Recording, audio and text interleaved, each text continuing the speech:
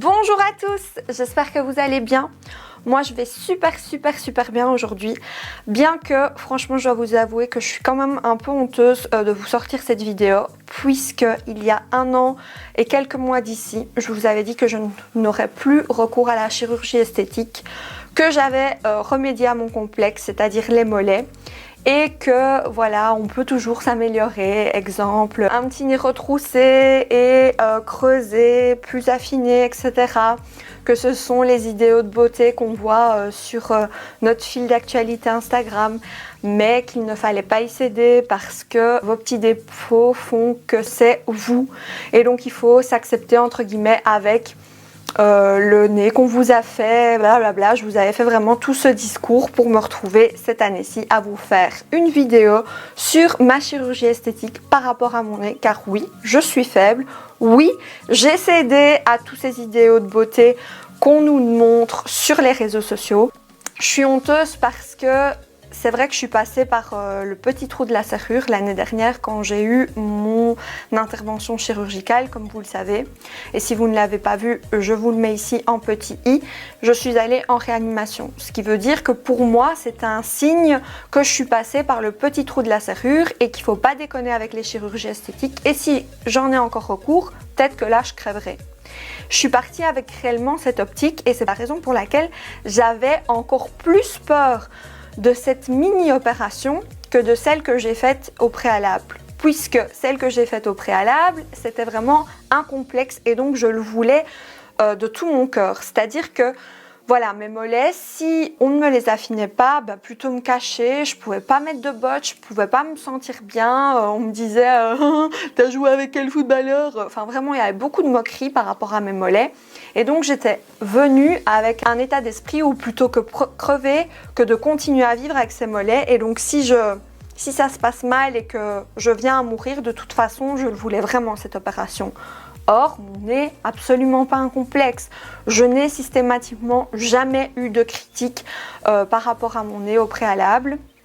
Donc vraiment, je l'ai fait juste pour répondre à un idéal qu'on nous montre sur Instagram. Et ça, c'est être complètement faible. J'y allais, mais à reculons. C'est-à-dire que s'il y avait le moindre petit signe, j'attendais même un signe en fait, qui allait faire que je ne pouvais pas faire cette intervention chirurgicale, j'aurais tourné les talons et voilà, ça aurait été la preuve que je ne devais pas partir. Exemple, bon, on est en période de Covid, je ne peux pas partir. Mon test, il est positif. Tu ne peux pas être accompagné.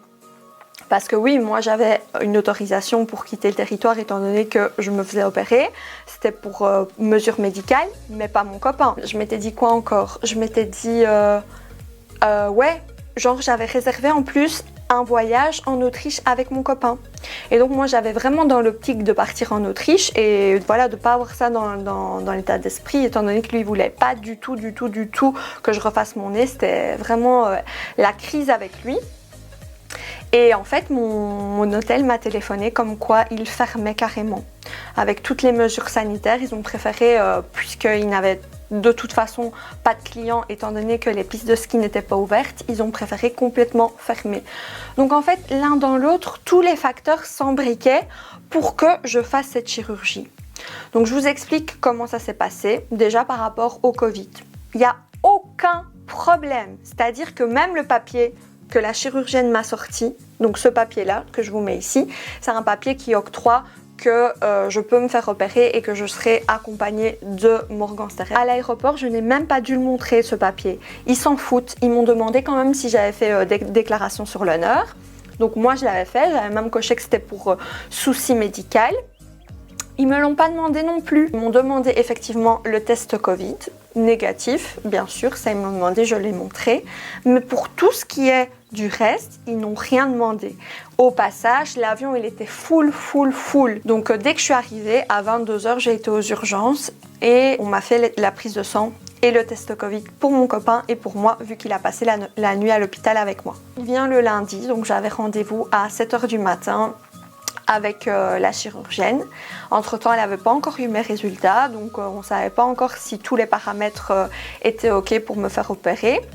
Donc à 7 h du matin, j'arrive sur place. Déjà, je vous montre une ébauche de l'hôtel, c'est waouh quoi, l'hôtel. Carrément, c'est un lapsus révélateur. En fait, on dirait un hôtel, or c'est un hôpital. Ça m'a mis vraiment en confiance.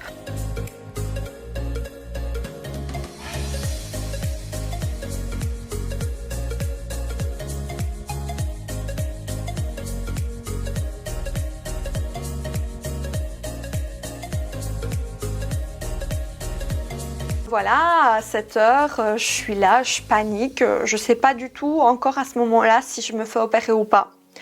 En fait, j'ai très envie, mais j'ai très peur. C'est-à-dire que j'ai pas peur du résultat. Ça, franchement, confiance aveugle en la chirurgienne. J'avais juste peur de mourir.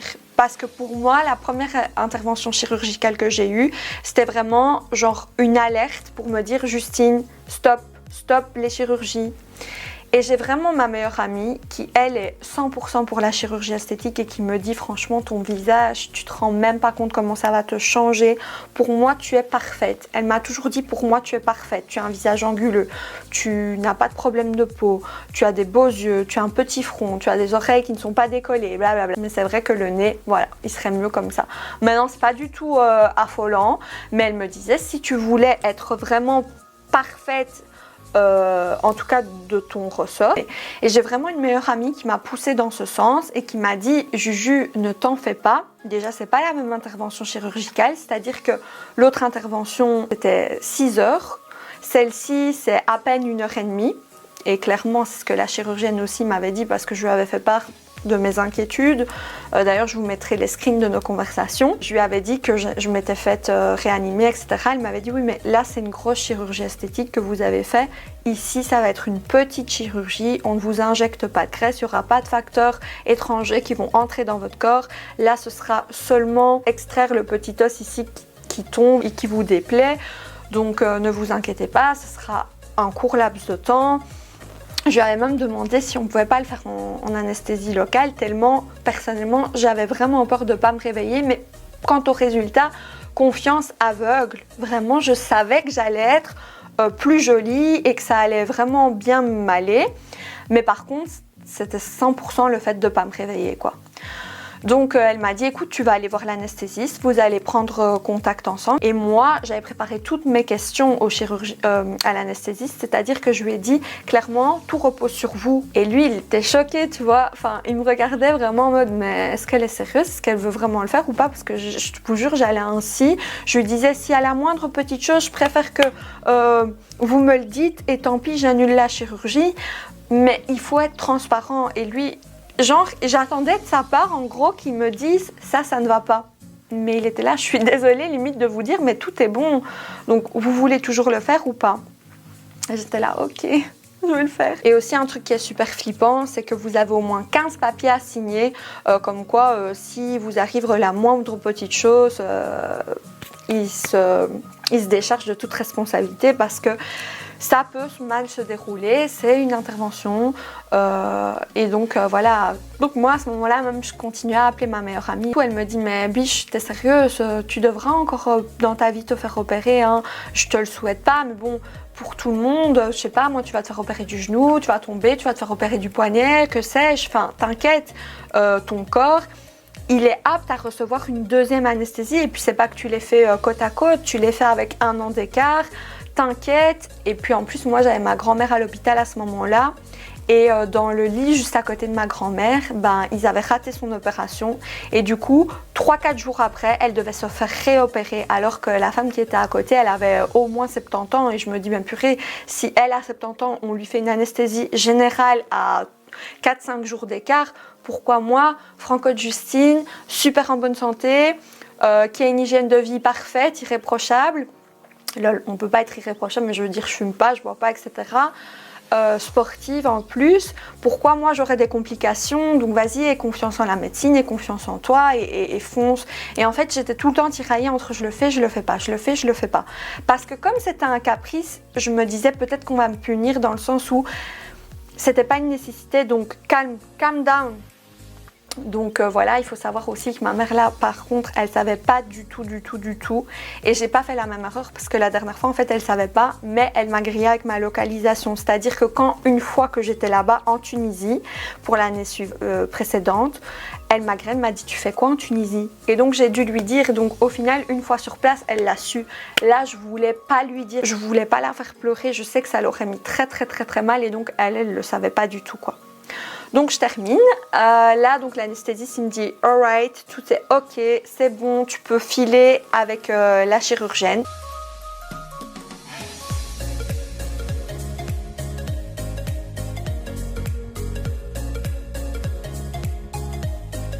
Relax please, everything is okay, your blood test results is good, no problem, okay? Regardez, ça c'est à mon réveil, même chose, j'en ai aucun souvenir. Hein. Là maintenant, heureusement qu'on m'a filmé et tout, c'est agréable de voir ça parce que je n'ai aucun souvenir. What you can make this for videos. Première 24 heures, j'étais bien. C'est-à-dire que j'ai posté une photo sur Insta, j'étais là, je parlais toute la nuit, je montrais ma avant-après à tout le monde, oh je suis trop emballée et tout, parce qu'elle m'avait déjà filmé, donc j'avais déjà le résultat, donc même si j'avais le pansement, j'avais les photos d'après, j'étais genre hyper contente. Et la première phrase que je lui ai dit, c'est merci, et non pas du résultat, c'est merci parce que je suis en vie. Genre, je suis en vie. Allô, je suis en vie. Alors, vous allez me dire, mais elle est malade, cette fille. Mais la vérité, j'avais tellement d'appréhension par rapport à ça que j'y suis allée en faisant confiance à la vie, mais j'avais peur qu'on me le fasse payer. Parce que je lui disais même, là j'ai un flash, je disais même à l'anesthésiste, j'ai plein de projets, je veux des enfants et j'ai une famille très aimante et j'ai un beau travail et tout et mes élèves ils ont besoin de moi. Enfin, je faisais vraiment pitié. Mais genre, je voulais vraiment qu'ils comprennent que s'il y avait le moindre souci, je préférais être dégueulasse jusqu'à la fin de ma vie et que ça soit complètement raté plutôt que mourir. La vérité, je veux pas mourir. C'était vraiment ma crainte absolue. Bref, je m'étale de ouf. Donc là, je me réveille. Les premières 24 heures, comme je vous dis, au top du top. On vient régulièrement prendre ma température, mes paramètres et tout. Je n'ai pas mal. Je ne sens absolument rien. Après 24 heures, je suis sortie de l'hôpital. Yes, how are you? I'm fine. Yes. No pain. Oh, super. You can use over the eyes today and tomorrow. It's benefit for the surgery. Each quarter for eyes. Yes, you can take it 2 times a day. Morning, 1 tablet morning, 1 tablet evening, and after the eating something, okay? Okay. And second medicine, it's painkiller. If you need it, you can take it. And 1 spray. This spray only sterile ocean's water for the clean inside the nose. Okay. 3 times a day, morning, afternoon, and evening. Already today? Today. You have to start this medicine. Okay. All the medicine. Okay.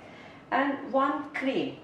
This cream, it's you can use with ear cotton stick. And inside the nose, when you go to the hotel, you can remove these bandages. It will be open. Okay. So what do you want to eat? You can eat and drink. It's not important. Yes. You can shower. Don't today but tomorrow and another days you can shower.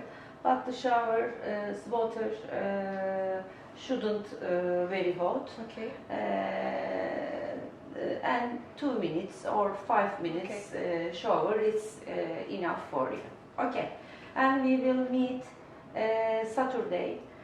But how time? We will talk about the Friday evening. Okay.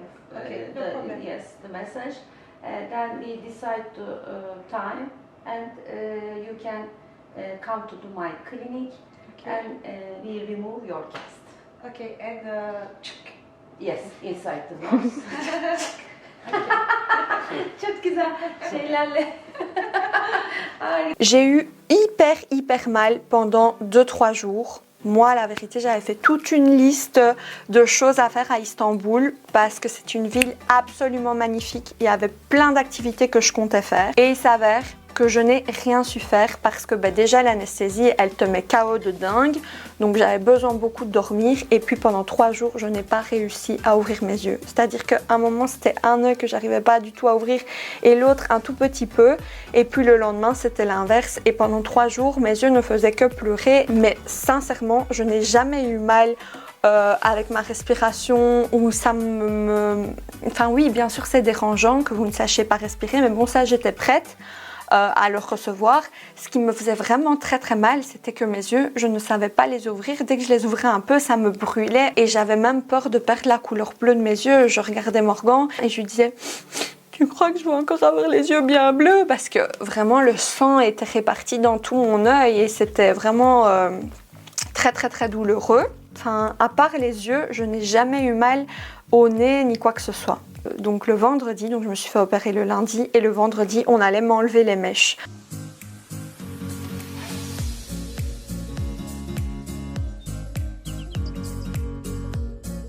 Et ça aussi, beaucoup de personnes m'avaient dit: fais attention, ça fait super mal, méfie-toi, nanana.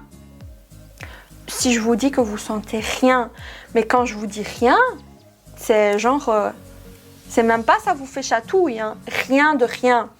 La chose qui fait mal, et ça oui, c'est la vérité, c'est quand on vous coupe les fils. Ça oui, ça fait mal. Ça fait une pincette, mais fort quoi. Une pincette, genre parce que les fils, ils ont déjà commencé à un petit peu se résorber au niveau de votre peau, etc.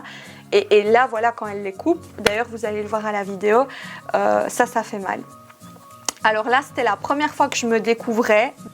Quand j'ai découvert mon nez, je me suis dit: oh my god, je suis tellement heureuse, ça va tellement bien avec mon visage, c'est beau, mais genre ça me change pas de ouf, c'est juste, c'est plus joli. Et ensuite elle m'a expliqué que quand j'allais rentrer, les seules choses que je devrais faire, c'est faire un massage au niveau nasal. You should make a massage and 3 moments. One moment like this. Do you see these bandages? Yes. Yes.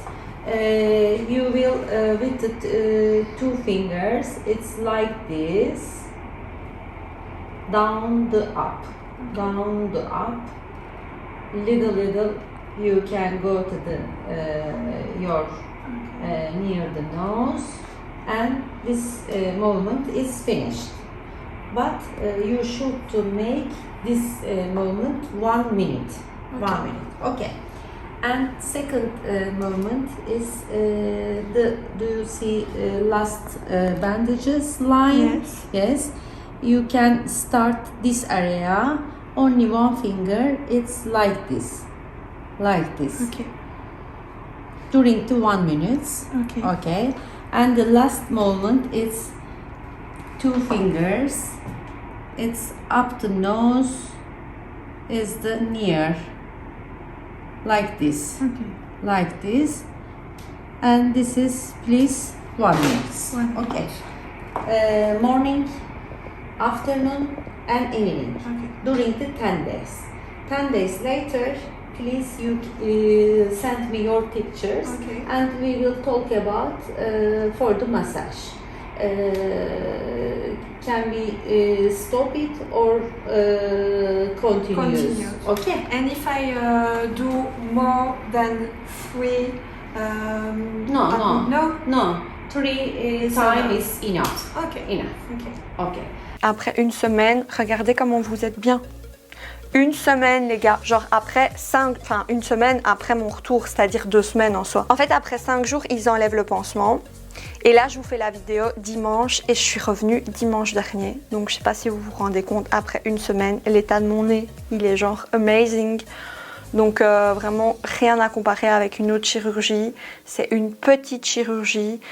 Et si vous avez vraiment un complexe au niveau du nez, un nez tordu, un nez aquilin, peu importe la raison pour laquelle vous ne trouvez pas votre nez en harmonie avec votre visage, foncez. Vraiment, foncez. Mais choisissez bien votre chirurgien. Hein. Comme je vous l'ai dit, vous devez aller chez un chirurgien qui a l'habitude de faire le nez que vous souhaiteriez avoir. N'allez pas chez un chirurgien en montrant le travail de quelqu'un d'autre, c'est inutile. Et vous allez vous dire, oh, ça faisait pas mal, c'était que ça.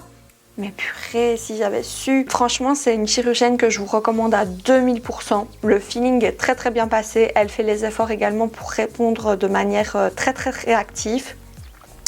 Et pour vous parler du prix, ça commence à partir de 3000 €. Vous pouvez la contacter sur Instagram et elle a énormément d'avant-après. Elle est tout le temps active, elle fait des nez tous les jours, donc vous pouvez avoir une confiance aveugle. Et moi, personnellement, j'anticipe déjà par rapport aux questions qu'on m'a posées par rapport à ma première opération.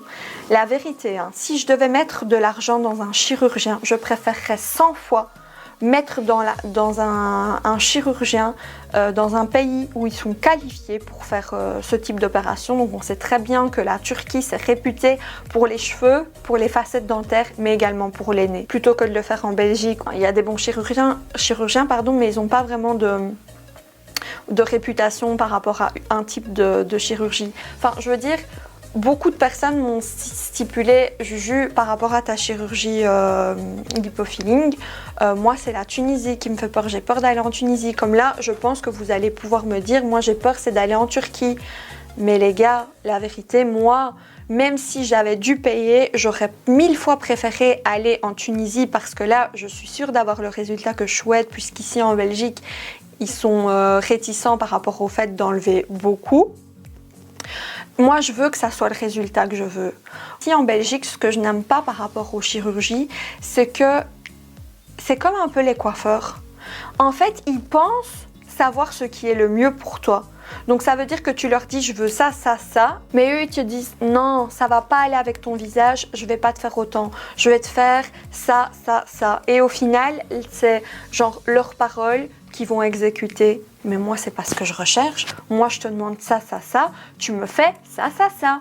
Et donc, je préfère aller chez un chirurgien qui a l'habitude de faire ça, ça, ça, comme je le souhaite, plutôt qu'aller chez une personne, peut-être, avec un meilleur suivi, étant donné que je suis dans mon pays, mais qui va me faire ce qu'il a l'habitude de faire et ce que lui trouve beau. La beauté, c'est subjectif. Et donc, je suis vraiment pour le tourisme médical. Et d'ailleurs, je pense qu'il n'y a pas que moi. Quand je voyais l'état de l'avion et que tout le monde s'était fait quelque chose, je me dis, ouais, bah en fait, il n'y a pas que moi qui suis pour le tourisme chirurgical, quoi. Donc voilà. J'espère vraiment avoir répondu à toutes vos questions. J'espère vraiment que tout ceci vous a aidé. Et j'espère que vous n'allez pas trop me juger. Et surtout, je vous fais de gros bisous et je vous dis à bientôt. Mouah.